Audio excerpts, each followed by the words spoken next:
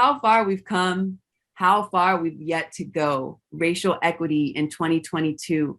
Mr. DeCanto is a veteran of public policy, corporate strategy, healthcare communications, and diversity and inclusion. He's the managing director of APCO Worldwide's Washington, D.C. office headquarters and Mid-Atlantic region lead. He's a well-respected expert in public health and healthcare policy.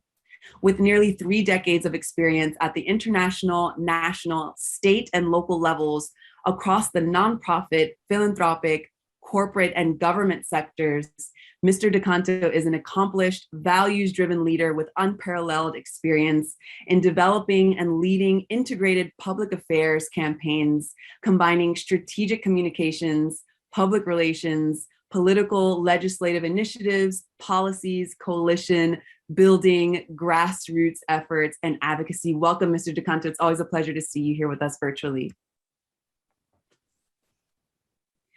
All right, joining this conversation, yes, thank you. All right, joining this conversation, Dr. Maya Rockeymoore Cummings is an insightful strategist whose vast network and rich professional experiences working across the public, private, academic, and nonprofit sectors bolster her ability to identify emerging trends and make critical connections between complex social, economic, political, and technological phenomena.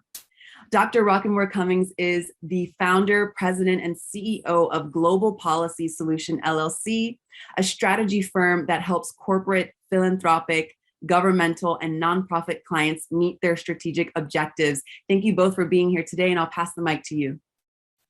Thank you so much. Very kind. It's always great to be, as we say here, at the kitchen table. Yes, but I also get to give you a quick intro though too. I'm sorry. All right. Oh, thank you. Please go ahead. No. I didn't mean to jump in on you, but I also have to blow you both up a little bit too, because you've been such amazing, partners, advisors. Licy is an official advisor at Power to Fly, champions, and I'm just so happy that today is your 3rd chat with Dr. Maya Rockeymoore Cummings. So thank you for coming back. And you were both kind enough to join our first summit in June 2020. And you've been one of our top rated talks. So everybody should get their pencils ready. Well, your virtual pencils, type in the chat box. You're going to share some infinite wisdom, I know, on what we need to be doing after all the work that you and DEI champions amongst us have put into shaping a more inclusive world. And this is our last talk of this summit.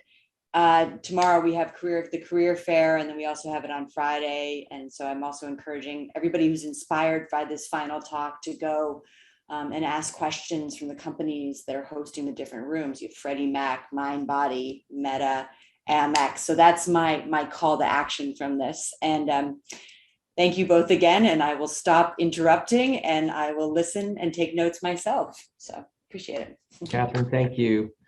Maya, always a privilege and a pleasure to be at this table with you, and to be with all of those who are listening. I want to thank you for joining. This is the 3rd chapter in a journey that Maya and I have been talking about for the last 2 years. We're going to get into it, if you will, at the kitchen table, as we say. Real, authentic, transparent conversation. If you've seen the last 2 conversations that Maya and I have had, you know what I'm talking about. And if you hadn't, go back and check those out. But we're excited that you're with us today. Maya, no doubt that over the last 2 years, a lot has happened. There's been a lot of progress, and we're going to get into that. And there's been a lot of, as they say, moving the needle on diversity, equity, and justice. Let's lean into justice a little bit here. And so I want to dive in right away with you and talk about, as the summit is appropriately termed, like what's working and what's needed. So what's working? And thank you for the comment in the chat. It reminds me, please ask questions in the chat. Maya and I would love to answer them as we continue to move forward. Maya, a lot's been working. Most recently, you and I and the world have seen the nomination to the Supreme Court of Judge Ketanji Brown Jackson. We see in Vice President Kamala Harris. We see in so many aspects in government and outside how visible and engaged many have been. When we talk about racial equity, what should we be celebrating before we get into what we need to actually start doing far more? But let's start with, what should we be celebrating? Well, first, Licy, let me just say that I consider you a brother from another mother, and you are absolutely fabulous. And I appreciate our very long-standing friendship. And thank you for having me back yet again. So for a very important conversation. In terms of, what we should be celebrating compared to where we were 2 years or so ago, we have to celebrate, first of all, the continuance of our democracy, because of course, there were a lot of challenges to it in the 2020 election. And now we, of course, have Vice President Kamala Harris, the first ever African-American woman to grace a presidential ticket and to actually be a vice president. We got Maya Angelou on a quarter. Can you believe it? I mean, wow, who would have ever thunk it? Yeah, I didn't think Maya would have thunk it either. I don't think Maya would have ever have anticipated that she would be on a quarter. We've got, diversity in the highest offices in the land, not just Kamala Harris. We've got Javier Becerra over the Secretary of Health and Human Services, Secretary Fudge over the Housing and Urban Development Department. We've got, Biden, who has signed executive orders on equity, supporting equity, and he even reversed the Trump era gag order on equity and the gag and the exclusion of diversity training. So, we've got an administration in our federal government that seems to get equity, that seems to be open to it, that, is embracing of it. And so, certainly you mentioned Ketanji Brown Jackson, and that's certainly incredible as well. And so, there is a lot to celebrate. Well, let's talk about Judge Ketanji Brown Jackson. Clearly an historic nomination. And what kind of voice do you think she's going to bring to the Supreme Court? What's your... I anticipate that she will bring a real voice, as you well know. There are the people who sit in that seat actually bring their lived experiences with them. And Ketanji comes from, Florida, and she has, extended family members. She has a basically real world experience that's reflective of a vast number of people out there in America. And we want her to bring her real world experience to her perspective in terms of how she considers these cases, how she argues them, and ultimately how she decides them if she is selected as a next Supreme Court justice. The fact that she does have, an uncle who is, in the incarcerated or has been incarcerated in the prison system means that, she understands certainly from a familial perspective what impact that has, and certainly perhaps has more sympathy and, more empathy when it comes to issues that concern people who are incarcerated or in danger of being incarcerated. The fact of the matter is that, the Supreme Court was established in 1789. There have been 114 justices that have served in the Supreme Court. All but 7 have been white men, all but 7, and none have been Black women. So Ketanji Brown Jackson, if she is confirmed, will be the first ever. Incredible.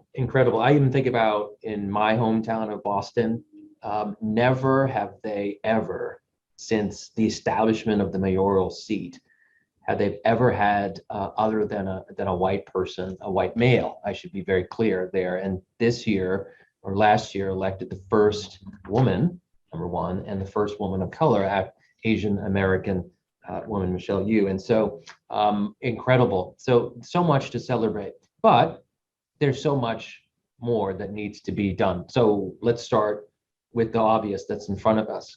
The pandemic clearly has demonstrated all the weaknesses that we talked about a couple years ago. I still think about the Warren Buffett quote in terms of only when the tide goes out do you see who's swimming naked. We have so many who already were swimming naked beforehand, and they're still swimming naked now. And those populations, the Native American, the Asian American, and many other communities of color have been disproportionately impacted over the last couple of years.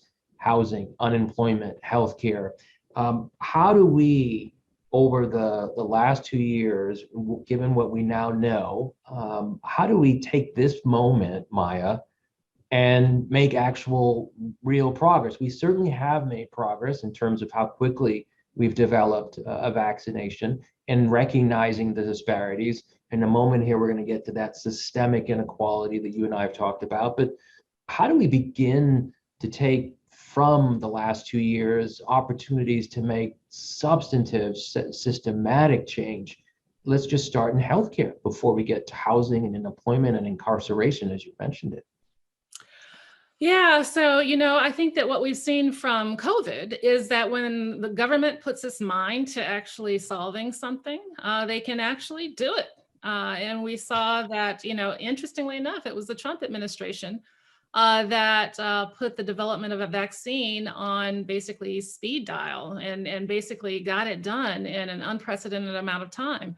Now the question is, can we take that same kind of dedication, focus, commitment and apply it to cancer and apply it to, diabetes and apply it to other areas where we need some breast cancer, especially in, the case of many women I know, apply it to actually get solutions, get things that solve people's troubles and help people's, lives. The fact of the matter is, you're absolutely right when you're saying that, people of color were already poorly positioned with health disparities before the pandemic, and the pandemic just made it that much worse. I remember, Licy, in the first months of the pandemic, my Facebook page was a mass memorial. So many people that I know who are disproportionately people of color, primarily African American, lost many family members during this epidemic. And so, we do know that the statistics show that African Americans, Latinos, some Native Americans had a 3 to 4%, 3 to 4 times greater incidence of COVID, especially in those earlier months.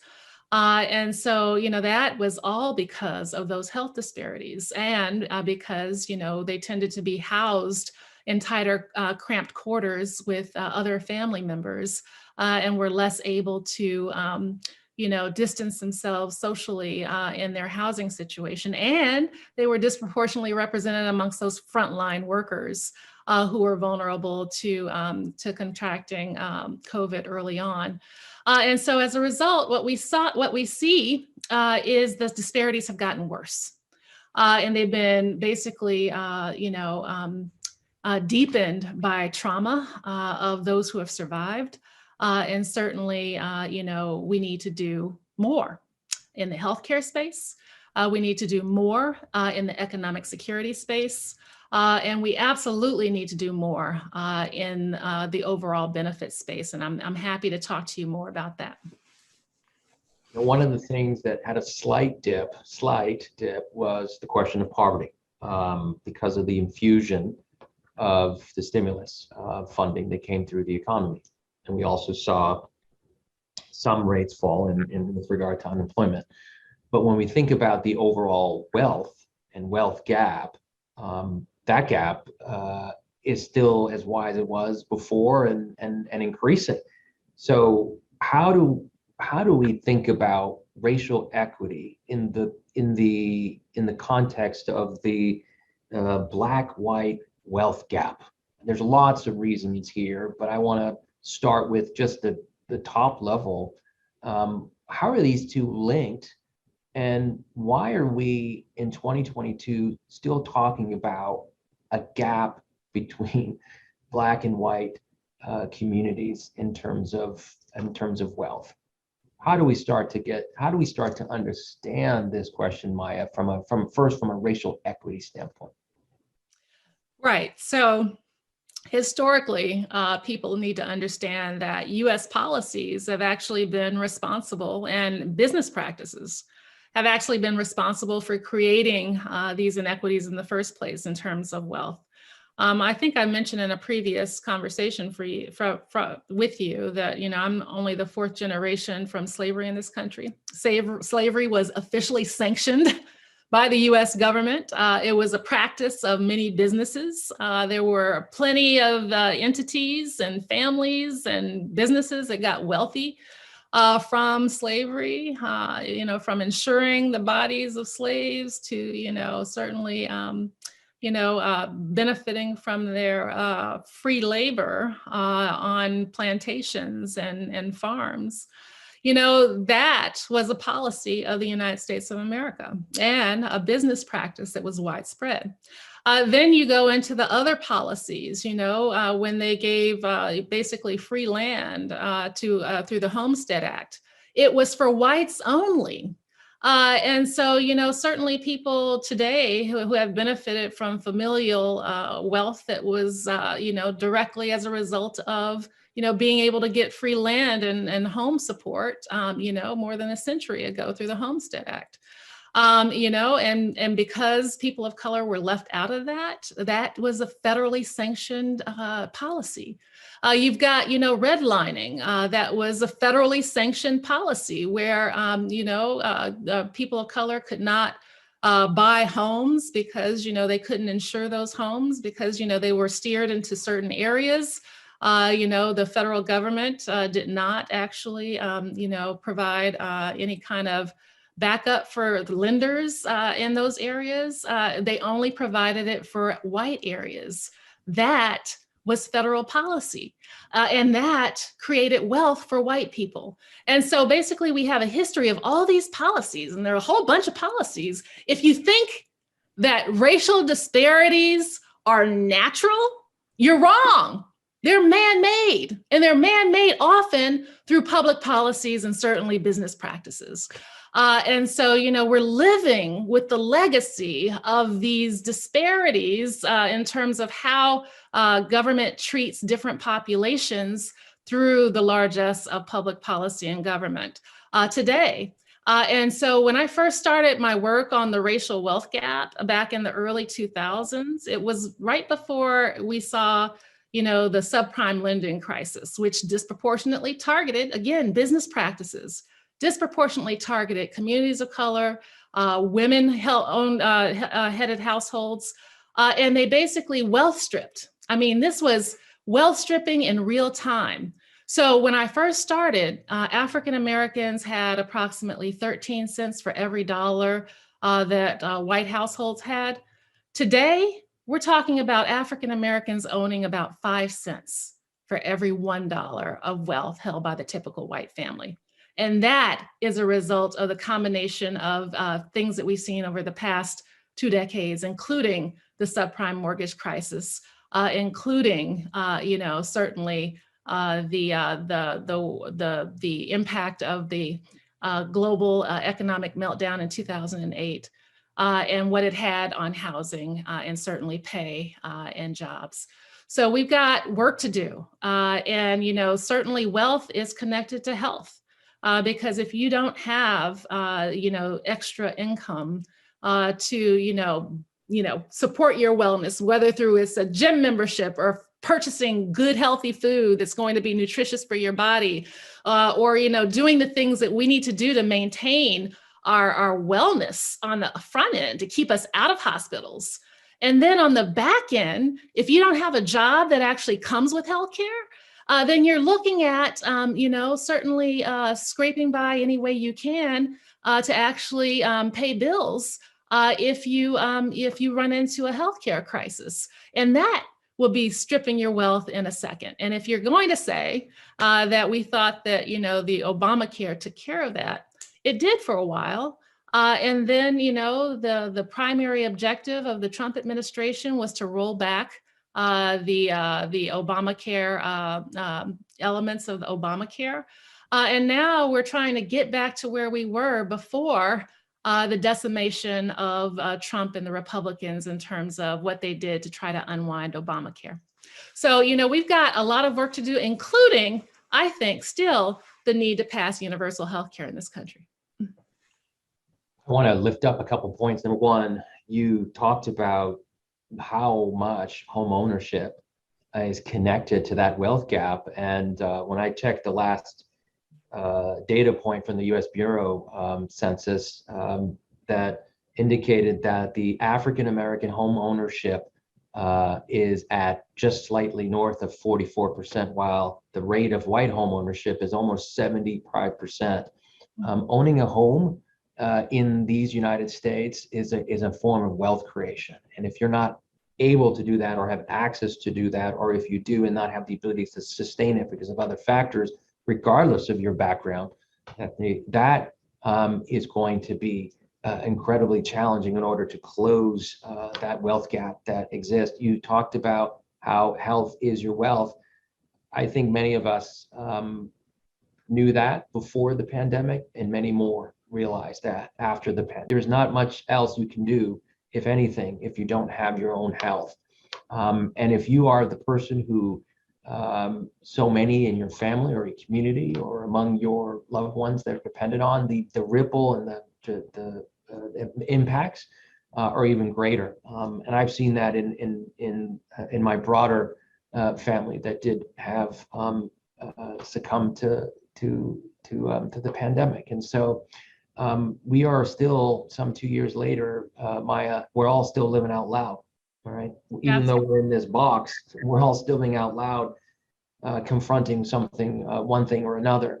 So as we talk about the wealth gap, and I think about businesses, we started our conversation talking about the responsibility or obligation, if you will, or what should be that obligation and responsibility of business in contributing to equity, both on the wealth creation and also in terms of hiring. So I want to spend a few moments there. How do you think, in general, businesses have done to address this question of DEI, and what remains, in your view, in terms of the top issues that we still just haven't gotten our hands around and to really make a difference here? Oh my goodness. It seems as if businesses have basically said, we're going to hire a DEI professional, whether that be a vice president of DEI or whatever the title is. Because, all of a sudden you started seeing all these announcements for, DEI people who have been hired in high level positions. And I am here to tell you that that is necessary, but not sufficient. In fact, it can be, basically a fig leaf to the extent that, a corporation says, okay, we're going to address DEI. We've hired the only Black person on our upper tier, or hire the only Latina person on the upper tier of our corporate ladder to address it. And then all of a sudden, everybody's looking to that person, and that person might not have a budget. That person, might not have widespread support of the company. That person might not even know A, B, and C what to do. And so, what I do think across the board needs to happen, and I have been giving a lot of thought to this from a business perspective myself, because, this is what I do. Is there needs to be basically a how-to guide for all these new DEI people in terms of what they should be attempting to achieve within their company. And the first thing is data.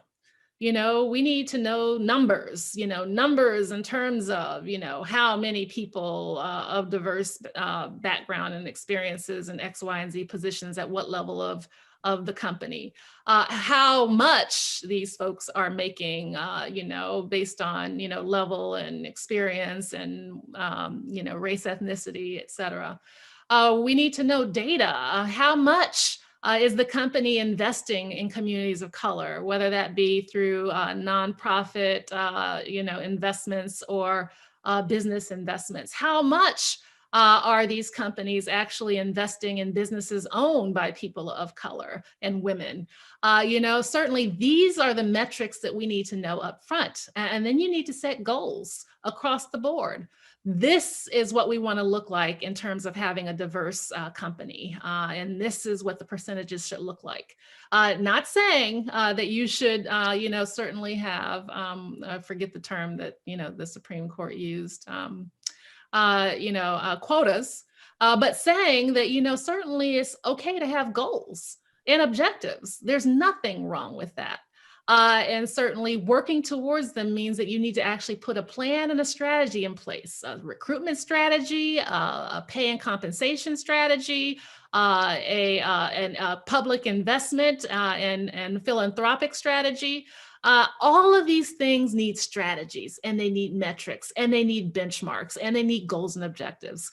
And you can't just hire somebody and expect it all to be done.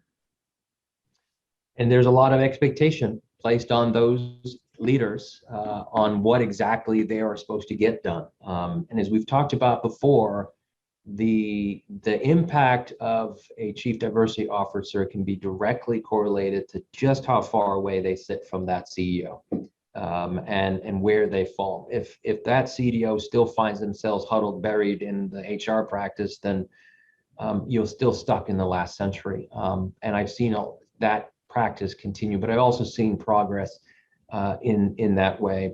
I want to lift up a question around hiring that has come up. This is an important issue, Maya, in terms of especially for our industry. You can't be what you can't see. So I'm very proud because there's not a lot of people who look like me in the positions that I am in industry. And my good friend Lisa Ross, our friend Lisa Ross, as part of another PR firm, but there's not a lot. And so here, APCO, and this question that came in terms of what APCO is doing to ensure that all people of racial backgrounds have an equal chance of being hired. We are woman-founded, independent, and employee-operated, and the only firm of that type here in Washington, D.C. and globally in terms of our public relations and public affairs firm. I'm very proud of our staff and the diversity around our staff, and in the DEI Council that sits at the center of our table, that's been award-winning, the recognition that we've had in the market as being a minority diversity supplier, and the work that we're doing in our Accelerate What's Right program. Here, we lead with intention, and I'm very proud to work along others who are working with me to help ensure that we continue to be one of the most diverse, culturally, ethnically, social, economically firm in our industry. But Maya, not all companies are doing that. Not all companies are working with intentionality to ensure that those that they employ are a reflection of those that they work with in society. How do we get at that? How do we change that? 2 years later, we would think that there would be more. And I think there are lots of examples, but there's still more that we can be done. And hiring is one, but many. What's your thinking? Yeah, I think when you just mentioned that, and I'm thinking about NBC Universal and Cesar Conde of NBC Universal, who came in as the new president and CEO and basically said, our company needs to look like America. And we're going to get to that goal by the year 20, whatever was set, but it was set. Right. So you need leadership, first of all, leadership who understands the research, and the research shows that when you have diverse people working for your firm, you're likely to get better results across the board because you have people of different perspectives and experiences who are coming together to offer their best and to produce the best products and the experiences. And so, not everybody is like that. And so what we need certainly are, more leaders who are elevated and supported by boards who are, by the way, that's another positive that's happened. More board members of diverse backgrounds have been basically brought on in many companies across the country. That's a good thing, to the extent that those board members actually speak out when the time is right about the need to actually have diverse hiring practices. I think that every company in this country needs to undergo an equity audit. And in that equity audit, they need to look at their rules and their practices, and certainly their representation, and come up with strategies in order to address the gaps. And none of that can be done if you don't have people at the top who don't believe in it. And so some of this is going to have to be changing hearts and minds as well, and certainly elevating people who believe in DEI. One of the things that I have been thinking about since our last conversation is just how companies have been thinking about DEI at their table, and what more we should be asking companies to do from a policy perspective, and from a workforce perspective, and how we create equity in this relationship that BlackRock CEO Larry Fink, in a letter to CEOs in January, said was the most fundamentally changed relationship is now in our lifetime, is the employer and the employee. And so when we think about that, how are we engaging this employee-employer relationship from a standpoint of equity? There's been a question that's come up in the chat in terms of, you've mentioned data. How are we able to collect data on our workforces when there may be challenges and limitations on the data in terms of how people might be responding in terms of self-identification? And I'm curious, how is this person asked, how do you identify demographics in a way that's going to allow for better data? Just this morning, I was listening to a piece that the U.S. Census Bureau is working on in terms of better identifying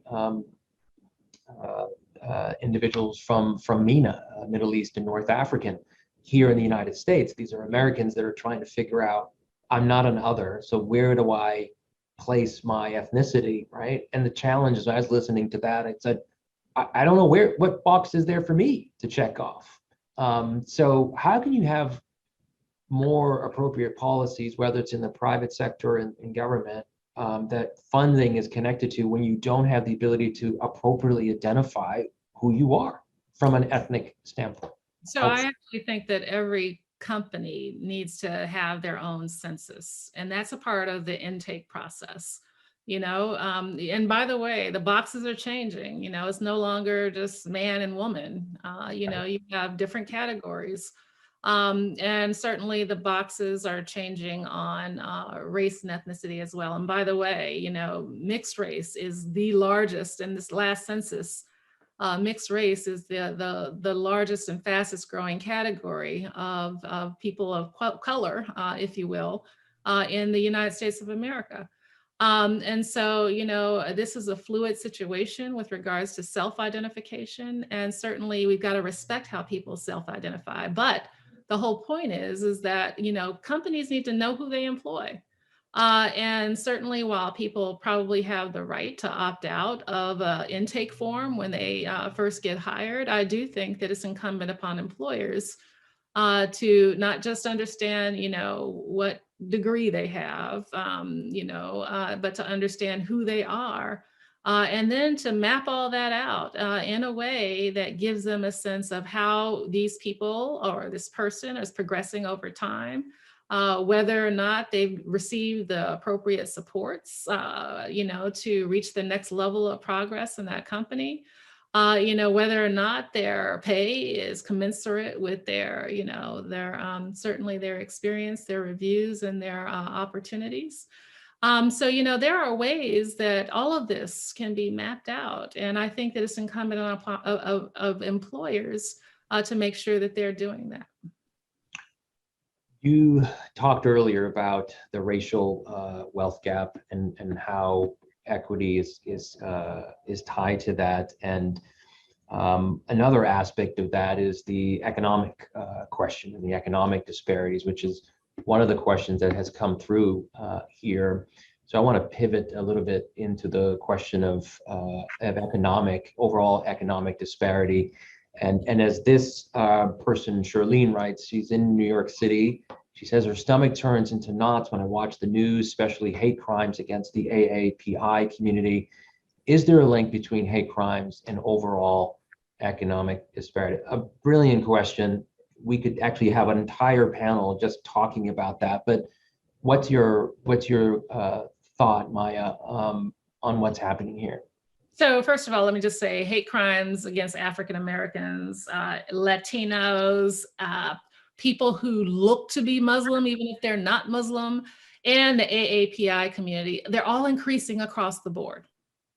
Now, for AAPI communities, they have, frankly, experienced a surge, I think, primarily because of the way the last president talked about COVID and the coronavirus, and how he jeered and sneered at China and Asians.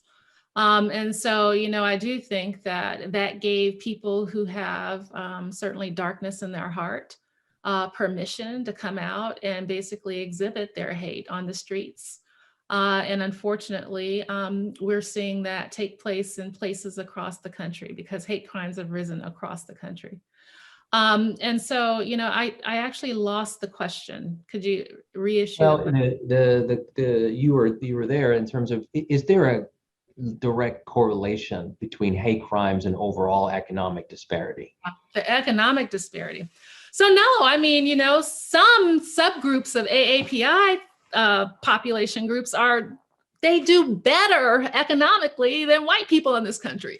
They do better educationally than white people in this country. By the way, that's not all subgroups of AAPIs, because we have to disaggregate the AAPI experience to understand that they're differently situated. But some are. And yet people who hate don't discriminate based on economic status. They don't discriminate based on whether you went to Harvard or not. They're just going to see your skin color, or perhaps the shape of your eyes, and decide, or the turban you're wearing, and decide that they're going to, beat you up or try to hurt you in some kind of way, or even kill you. And that is what we have to deal with as a country. I do think that one thing that we need to do is we need to get a grip on hate. And certainly, while I think that the previous occupant of the White House opened the Pandora's box, I do think that it's possible for us to go back to a time where people had more respect for each other based on differences.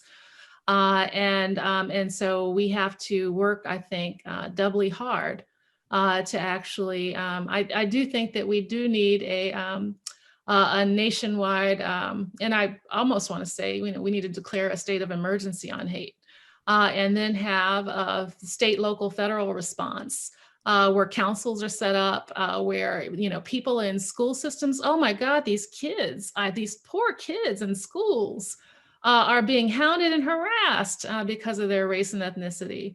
And yet, their parents don't know what to do, especially when the school system response is insufficient.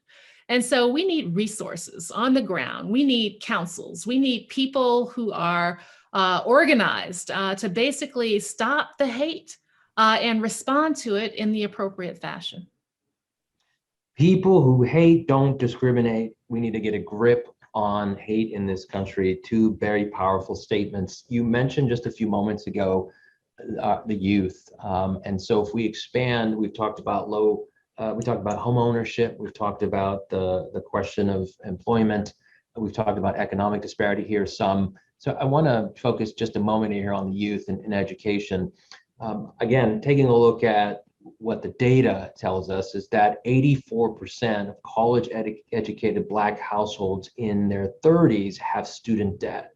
That is crazy. And that's true, if you will, in terms of the amount of student debt sort of overall, but the disparity, as you've talked about, these disparities don't just get invented, but when you've got nearly more than 3/4 of Black households, college-educated Black households in their 30s having debt,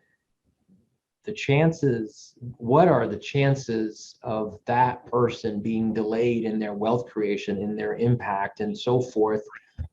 How does that and some of the gaps that we've talked about overall impact youth and education, as Jay has asked?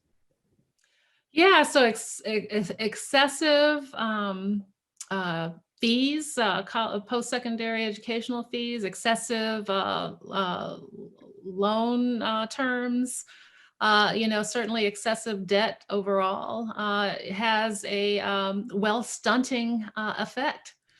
That, when you've got to, instead of, basically putting money into your bank account and saving, or putting money into, equities, stocks and bonds, or into home ownership, you've got to pay the school you went to and the loan you took out to, the bank who gave you the loan. That is a problem, and it had a problem for wealth creation.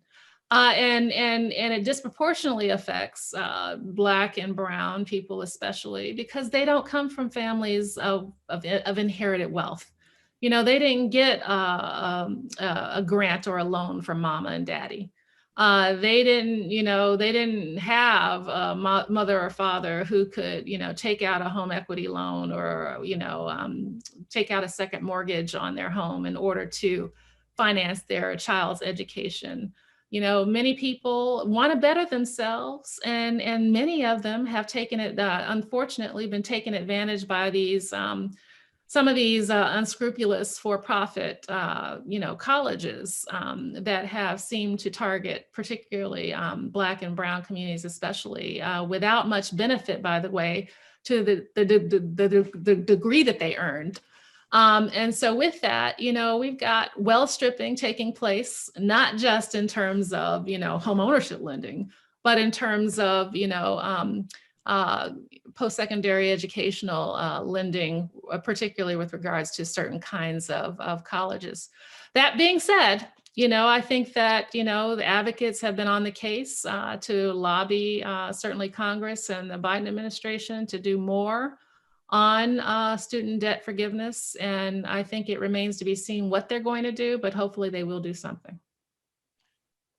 We have almost 15, 16 minutes left. I encourage you to continue to ask questions in the chat. Thank you for the comments that are coming through. Appreciate Beth lifting up that the wealth gap between Black and white families is enormous, as she says.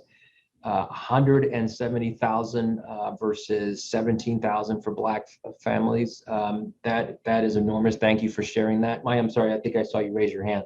Did you raise your hand? I didn't want to leave this conversation about kids. Before we talk about, what's wrong in terms of, politicians trying to limit educational opportunities based on some erroneous critical race theory charge. The fact of the matter is that, right wingers in this country have decided that, that they can win if they actually politicize our school systems. And they can win if they actually demand that educators not teach accurate history, or not teach anything that would make our children feel uncomfortable. Now, Licy, tell me about a time when you felt uncomfortable in school growing up. I don't know whether it wasn't that time I felt uncomfortable. I mean, first think about my name, think about how I looked. And I went to a school where most, if not majority of people didn't look like me. And I was the first generation immigrant, first generation Cape Verdean American. My parents immigrated from West Africa. So I like to say I was walking around with a pebble in my shoe all the time. Always something a little off, but I kept going. So these politicians aren't thinking of you. They weren't thinking of me, because how many times I can tell you many times I've sat in a classroom and listened to basically a majority predominantly white class talk about civil rights and slavery and this and that, from a perspective that was completely, a majority perspective.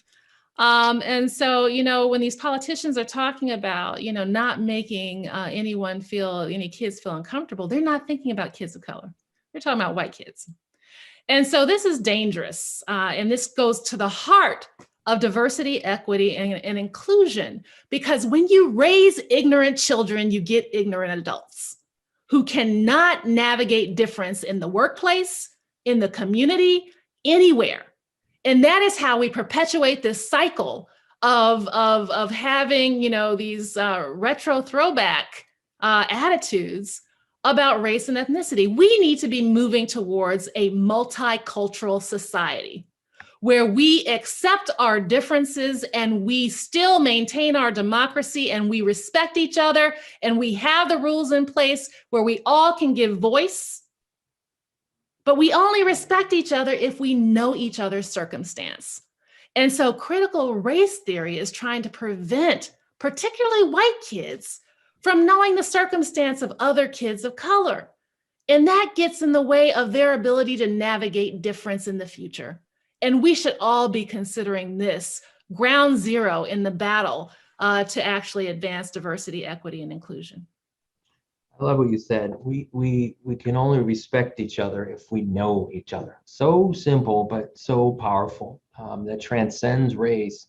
And yet in 2022, that seems to be the question that still convulses us here in this country and elsewhere around the world. And sort of, do we really understand and know one another? I think over the last couple of years, we've got to understand a lot more about one another in our communities. And I think there were many who, because of the bright light that the pandemic and COVID shined on populations and communities that were disproportionately impacted socioeconomically and otherwise, it was pretty clear that there are many who were waking up to the realities that are the day-to-day reality of so many in this country and elsewhere. And so we have to, as you said, to be able to respect each other, we must first know each other and take the time to do that. And I'm really glad.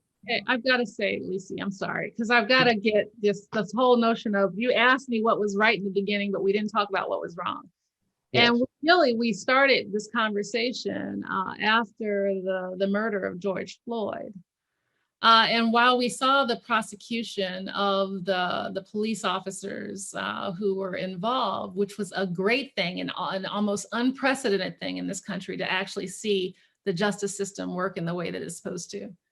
The fact of the matter is that same city, Minneapolis, has had more shootings since.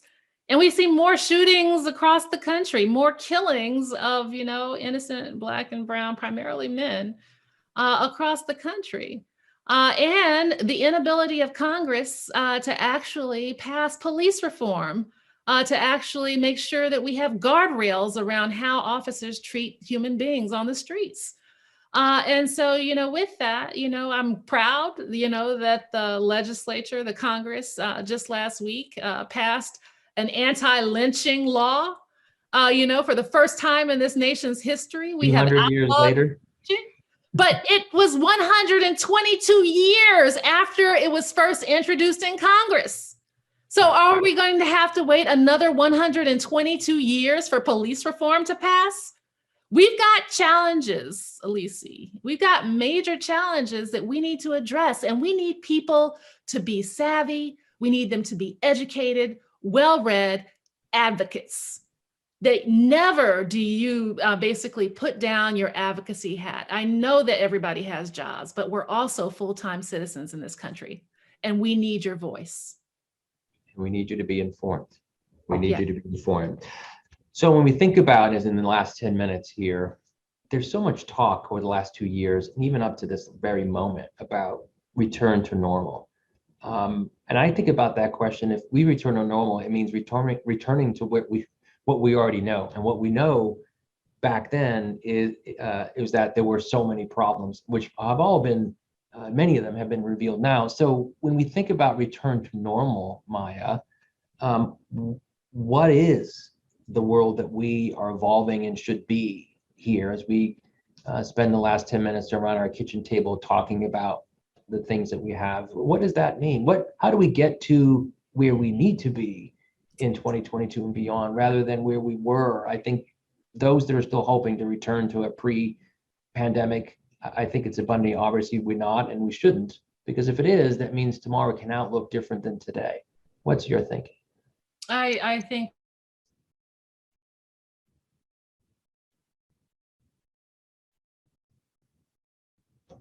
disparities in terms of who gets killed.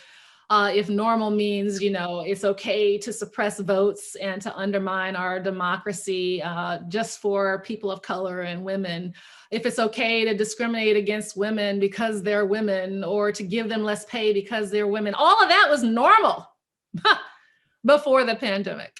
And the fact of the matter is we have to get to a new normal, a better normal, a normal where integrity is the centerpiece of how we operate.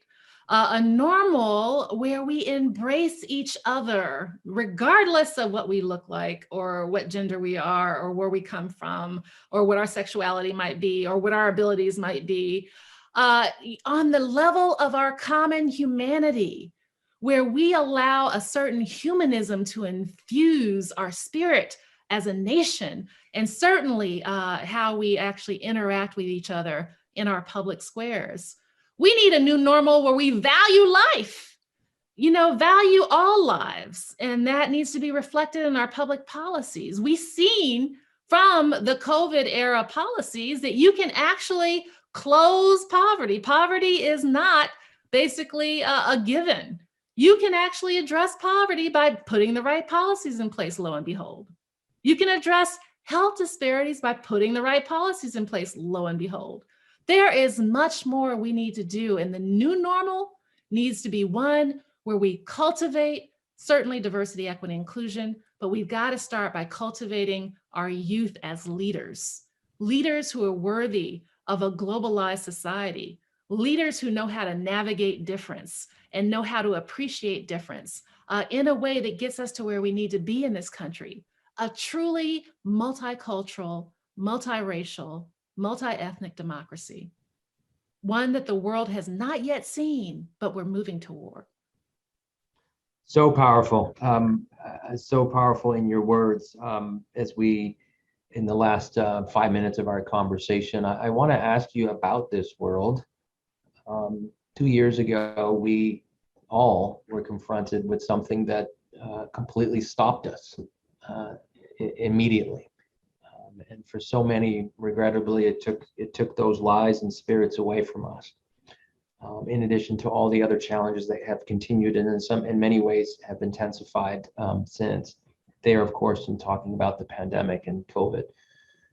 It gives me hope that we are appearing to turn the corner, at least here in the United States. Clearly, COVID continues to be a very serious challenge, as it does in parts of our country, but elsewhere in the world. And I think if we can't get the rest of the world or support the rest of the world in getting them access to vaccinations, then we'll never really get out of this pandemic. But I am hopeful for the progress that I see here. But the world is a scary place as the pandemic, we are sort of coming through it. And of course, what I'm talking about now is what we see happening in Ukraine. So in closing our conversation, Maya, want to think about, we've talked about where we've been and how far we've come, but how far we need to go. What gives you hope as we think about this now looking out ahead of us, not just on the question of racial equity and what we've been talking about here, but just hope in terms of the future and the kind of things that we've talked about, but beyond for us in our country in terms of the very difficult time that's going to continue to take place here in the coming weeks and months, and how that's going to impact so many people. What gives you hope? Kids give me hope. When I talk to young people, and they clearly have a sense of right and wrong, they clearly have a positive, even despite, climate change and despite, people trying to create the second civil war in this country, and despite global wars abroad, that they have a bright look for their future. You know, they want better, and they're able to call the adults out on their BS. They're able to see through the mess. And so if we cultivate that, if we train them, if we support them in their aspirations, if we give them the tools that we know that they will need for the kind of society that we can envision, then we will have a future that's just as bright as any time in the past. And so, you know, certainly if we're investing in our young people, if we're investing in all young people, not just in high net worth white kids, but in all people, recognizing that the talents and the abilities that they carry, and that they all have talents and abilities, by the way, because, you know, there are some people who believe that, you know, if you're Black and brown, then, you know, you must just be, you must have had a lobotomy because you don't have any abilities. That's absolutely not true. Our country has yet to take full advantage of all of the skills, talents, and abilities that are out here. And so we need to have basically a full talent and engagement strategy that trains and develops our children to not just be good for our 21st century economy, but to also be good for our country. And we have the ability to do that. We can do it, Licy. Yes, we can. The ability to be good, not for just our country, but for the world ahead. Maya Cummings, my friend, my sister, as you say, I am proud to be your brother and to have now our conversation here that we've continued over the last couple of years. We have indeed come a long way, for sure. Our world looks different for the issues that we've talked about here today over the last 60 minutes. But there's no question, as you've heard from Maya in our conversation today, and for me, that there's still a lot more to go. And as Maya said, we've got to know each other in order to respect one another. And so I hope we will leave this conversation today by acting on that and getting a grip on hate, as Maya has reminded us, and choosing not to hate so that you don't discriminate, is also what Maya said to us. So many things that we can be very proud for, but also many things that we need to work for in order to make that future, Maya, that you just talked about. So I want to thank you. I want to thank everyone who tuned into our conversation today. Thank you for those who've submitted questions in the chat. And I'm sorry that we didn't get it to all of them, but Maya, it is always a privilege and a pleasure to be sitting at the kitchen table with you.